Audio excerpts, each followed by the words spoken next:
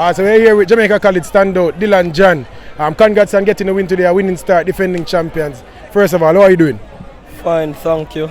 Very good game from the lads, you know. Glad to get 3 points. So it's a pleasure to represent Jamaica College. Alright, talk to me about the game today. Tivoli Gardens posed a big threat to you guys. I feel like a very tough opponent tonight. How was it to overcome a Tivoli Gardens team? Well, you know, honestly, it was rougher than we expected. Because, you know, JC has the name.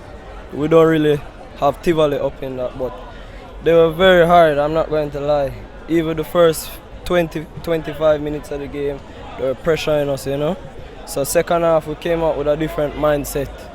All right, and what can we expect from Jamaica College this year? You know, defending champions. You know, most of your starting 11 from last season not there this year. Can we expect the same start at tenacity and undefeated performances from Jamaica College in the Manning Cup? Of course, you know, Jamaica College chaos every year. You know, we will be causing a lot of havoc this year.